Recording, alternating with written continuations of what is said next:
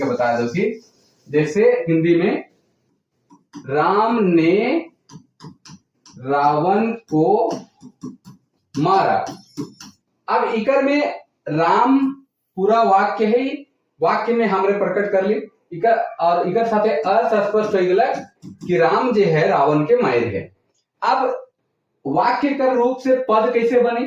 तो जहां पे संबंध तत्व और अर्थ तत्व, संबंध तत्व का होएला, संबंध तत्व होएल जैसे कारक हो गया, प्रत्यय, उपसर्ग, उपसर्ग का रूप माना हो गया, जैसे ने का चिन्ह हो गया, को हो गया, क्या प्रत्यय जुड़ा थे से।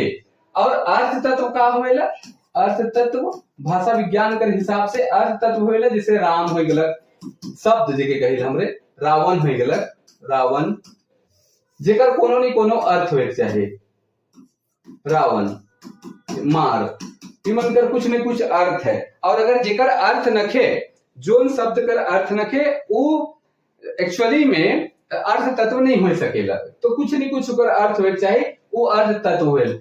ये दियो अर्थ तत्व और संबंध तत्व जुड़ के पद या रूप का निर्माण करें। जैसे हमने बचपन से पढ़ा हो कि शब्दों के मेल से वाक्य बनता है, लेकिन शब्द के खाली मिला दो तो जैसे राम कृष्ण चाहे रावण मार, तो वाक्य पूरा नहीं हो पारी।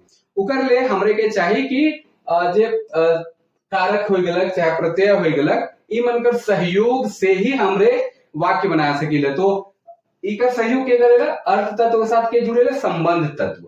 तो संबंध तत्व ने हो गलक, को हो गलक, और इकर में मार हो गलक। अभी के थोड़ा समझो, जैसे राम ने रावण को, अब इकर में मार प्लस आ, मारा हो गलक। अब ई जे रूप होलक राम ने, अब इके समझे ले, रावण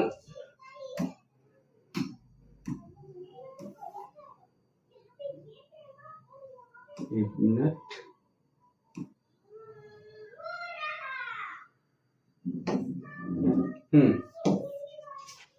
राम ने रावण को, तो राम के साथ का जुड़लक ने, रावण के साथ का जुड़लक को, और मार के साथ का जुड़लक आ।